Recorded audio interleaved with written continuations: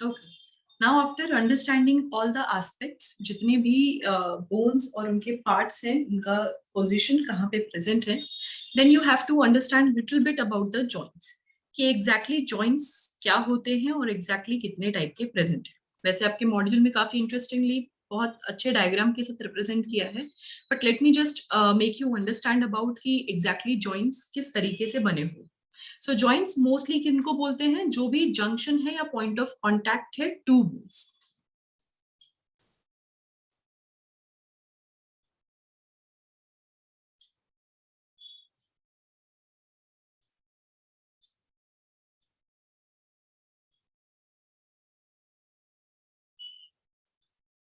तो जब भी दो बोन्स एक साथ ज्वाइन होंगे, जिस तरीके से वो ज्वाइन होते हैं, एंड आफ्टर ज्वाइनिंग उनका मूवमेंट जिस तरीके से एक दूसरे पे डिपेंड हो जाता है, that is the joints.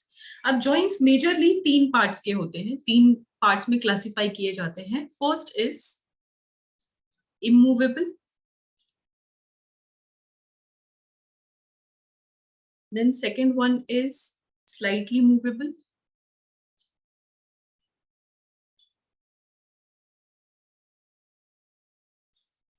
and the third one is freely movable.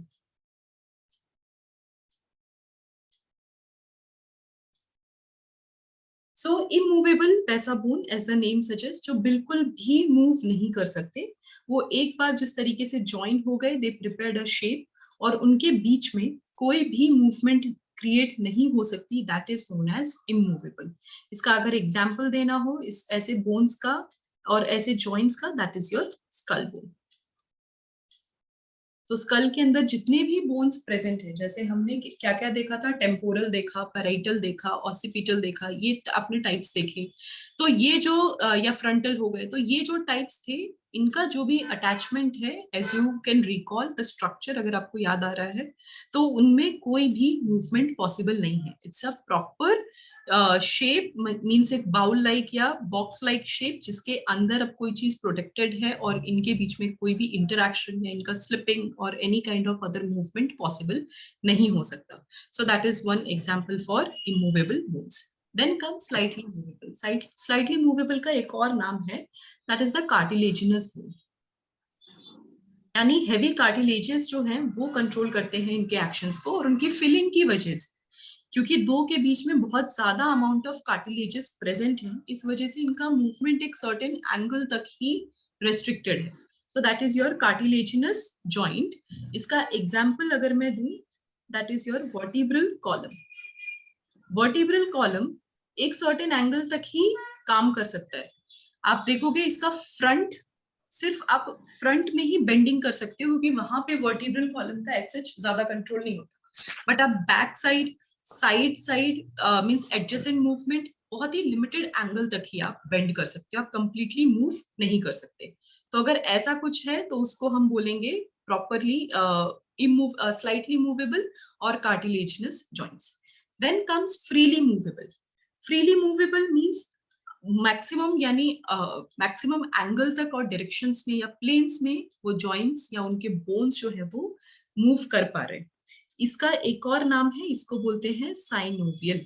Synovial एक स्पेस होता है दो बोन्स के बीच में. अगर इनके बीच में इस तरीके से कनेक्शन हो गया, suppose this kind of connection, तो अगर ऐसा स्पेस बन रहा है, तो यहाँ पे जो मैं ब्लू कलर में शेड कर रही हूँ, that is the space. So that will be your synovial space. तो इसीलिए इसको साइनोवियल जॉइंट भी कहते हैं, because you can see ball and socket type इनका अरेंजमेंट हो गया है. तो एक हॉलो स्पेस है, हॉलो स्पेस के अंदर एक जो राउंड एंड है वो वहां पे फिट हो रहा है, and it is moving based on the direction. Plus cartilaginous and fluid structure या टिश्यूज जो है वो वहां पे प्रेजेंट है, उनकी वजह से पेन भी फील नहीं होता, तो मैक्सिमम एंगल भी मिल जाता है. सो ऐसे टाइप के एग्जाम्पल्स जो हैं, दैट इज योर लिम्स. आपका fore limb, hind limb, specially जैसे शोल्डर पे जो जॉइंट्स हैं उनका मूवमेंट, आपके एल्बो का movement and your wrist movement, आप उसको अच्छे से मूव कर पाते हो, specially then also your hind limbs.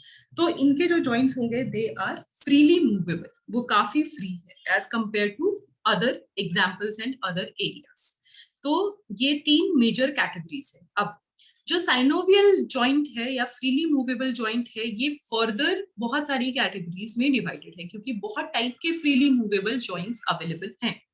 तो उनका एग्जाम्पल देने के लिए मैं आपकी ही बुक सेलेक्ट करती हूँ, मीन्स आपके बुक आपको शो करती हूँ, बिकॉज बाद में आप पढ़ोगे तो आपके लिए इजी हो जाना चाहिए, कभी रिवाइज कर रहे हो या पढ़ रहे हो तो। Can everyone see the screen? It's not good, means इसका जूम इतना अच्छा नहीं है, but I think you are able to read it.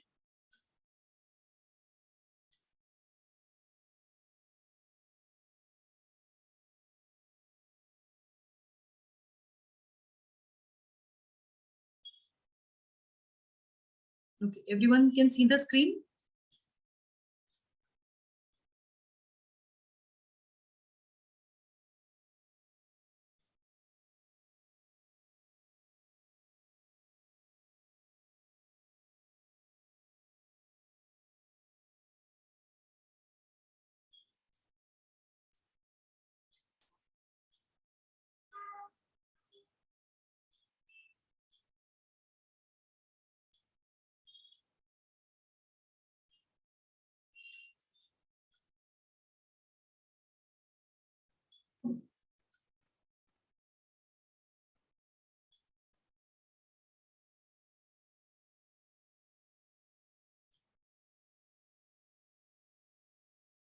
Students, you have to reply yes or no if you are able to see or not.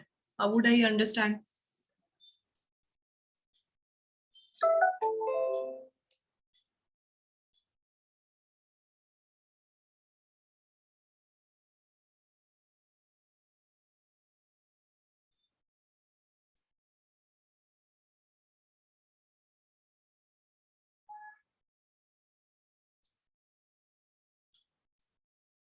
Okay. Take your time.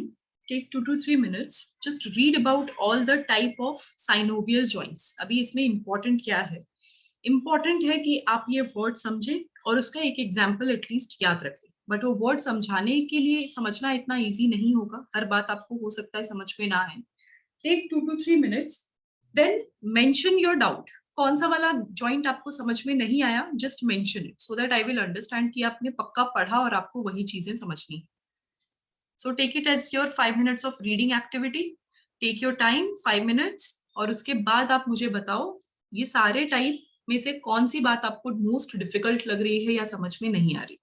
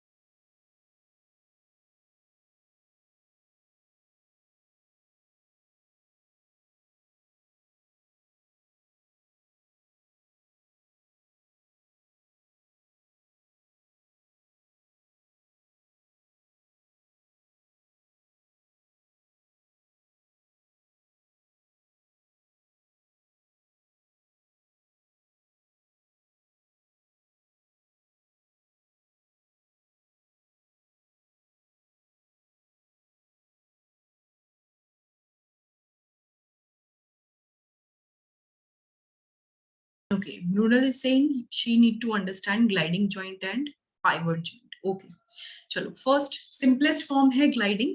Gliding का meaning पता है, literal meaning लिख लो जिनको भी नहीं पता. इसका मतलब है स्मूथ मूवमेंट, जो बिना किसी तकलीफ के स्मूथली कोई काम होता है उसको बोलते हैं ग्लाइडिंग. तो ग्लाइडिंग जॉइंट किन में हो रहा है? जो आपके रिस्ट के जो बोन्स प्रेजेंट हैं, जो मैंने कार्पल्स बोले थे, स्मॉल स्टोन लाइक स्ट्रक्चर्स जो बोन्स हैं, प्लस टार्सल्स, आपके एंकल्स में भी वो बोन्स प्रेजेंट है उसी टाइप के. तो इनके बीच में बहुत ही स्मूथ वर्क होता है. As you can observe also, अगर आपके रिस्ट मूवमेंट अगर आप करते हो, it can move very easily. Plus इसी की वजह से आप डिफरेंट डिफरेंट डायरेक्शन में काम कर पाते हो. तो यहाँ पे क्या लिखा हुआ है? Mention back and forth movement and side to side movement. अगर वो हो पाता है इजीली, सो ट्विस्टिंग, सॉरी, इनकी इसके अलावा जो दूसरे एक्शंस हैं, मींस आप दूसरे वाइड एंगल्स में इनका मूवमेंट करवाना चाहोगे, दैट वोंट बी पॉसिबल. सिर्फ एक ही डायरेक्शन में ये काम हो पाएगा, बट इजीली हो पाएगा. That is your gliding joint. तो जो डायरेक्शन, जो डायग्राम बनाया हुआ है, इसका मतलब है, इमेजिन कर लो कि एक tarsal, this is one plane, plus दूसरा प्लेन, जो बड़ा वाला प्लेन यहाँ पे दिख रहा है, that is the another tarsal और कार्पल, एनी सिचुएशन. और इनके बीच में एक दूसरे के प्लेन यानी सिर्फ बॉडी के ऊपर इनका ग्लाइडिंग मूवमेंट हो पा रहा है. So that kind of movement is gliding.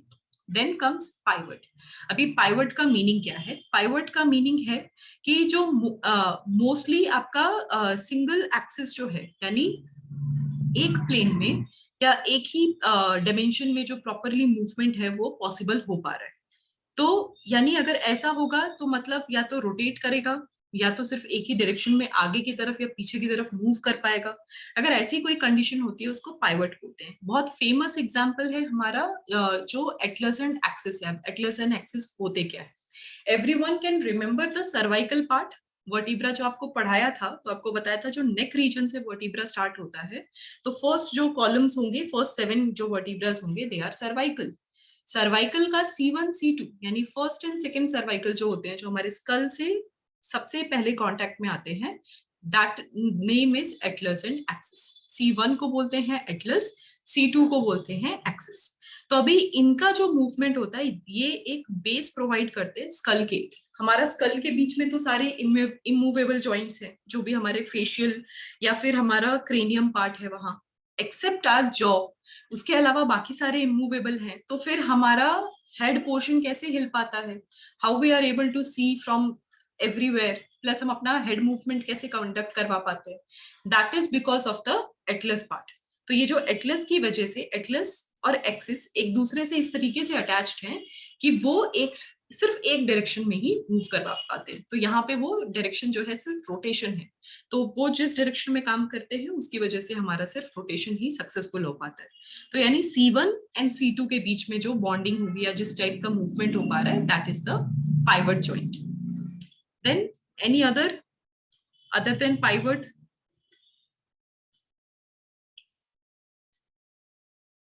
Saddle joint सबको समझ में आया?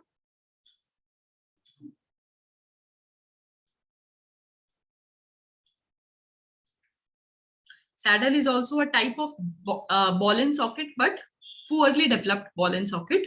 तो आपके जो भी कार्पल्स एंड मेटाकार्पल्स हैं, उनके बीच में जो जॉइंट्स होगा, that is your saddle joint,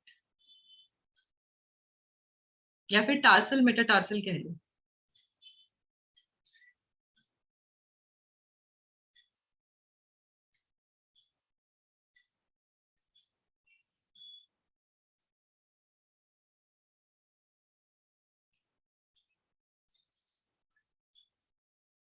okay, अगर इतना पढ़ लिया तो एक चीज आपको नोटिस करवानी है. सो ग्लाइडिंग, हिंज, पाइवट, ये जो तीन है, इनको मोनो एक्शियल की कैटेगरी में लिखा है. बस ये वर्ड पे आपको ध्यान देना है. मोनो मीन सिंगल, एक्शियल मतलब एक ही डायरेक्शन या एक ही एक्सिस पे मूव कर पा रहे हैं, ज्यादा डायरेक्शंस या फ्रीली मूव नहीं कर पा रहे, तो उनको हम बोलते हैं mono axial.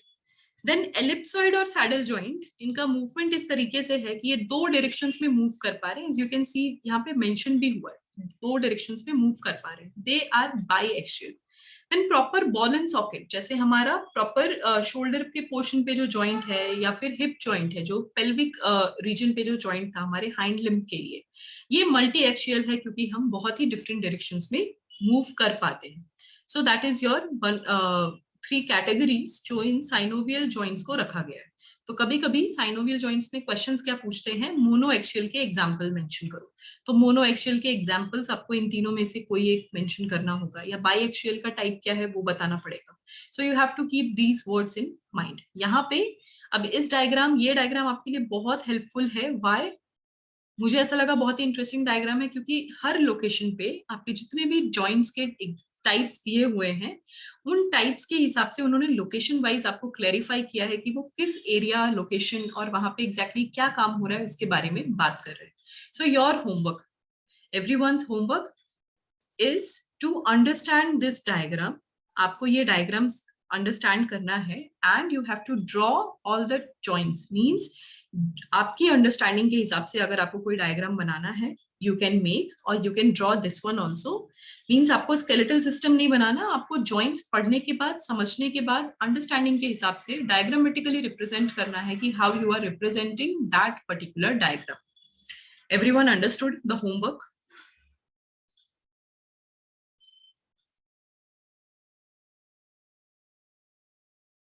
What you have to do, you all have to read the joints, types of joints. अगर डाउट है please bring your doubt in the next class. Then आपको क्या करना है, you have to draw the type of joints यहाँ पे जो mention किया है। ये तो बुक में जिन्होंने भी लिखा है उन्होंने अपनी अंडरस्टैंडिंग से डायग्राम बनाया। If you want you can make exact diagrams, but आपको ऐसा लगता है उसको और इजी वे में दिखाया जा सकता है, so you can make your own diagram also and you have to show me in the next class. Because अगर नेक्स्ट क्लास में आप शो नहीं करोगे, I won't be conducting the next class, then I will cancel immediately everything. Everyone understood?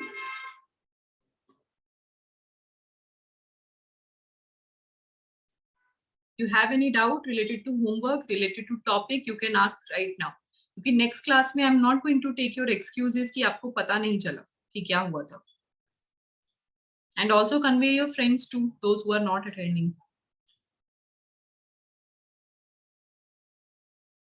Understood or not? Yes or no?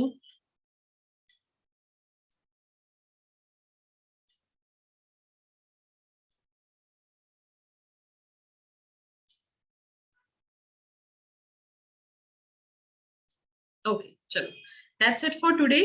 अभी हमारा छोटा सा muscle portion रह गया है, नेक्स्ट क्लास में वो लेती हूँ. Then your whole session, इस टर्म के सारे चैप्टर, सारे टॉपिक फिनिश हो जाएंगे नेक्स्ट क्लास में. देन उसके बाद से हम 1 by 1 फिर से सारे टॉपिक का रिविजन लेना स्टार्ट करेंगे. Will go back to the chapter 1, इस टर्म का chapter 1, and then we will start with all the revision part. So I hope आप लोगों के फाइनल एग्जाम्स भी खत्म हो गए हैं या चल रहे हैं. Can you tell me your status? आपके स्कूल का स्टेटस क्या है? Is your final exams are going on or not yet started? Wait, Radhini, I will repeat. Just let me first tell me what about your school status so that मैं उसके हिसाब से actions ले सकूं.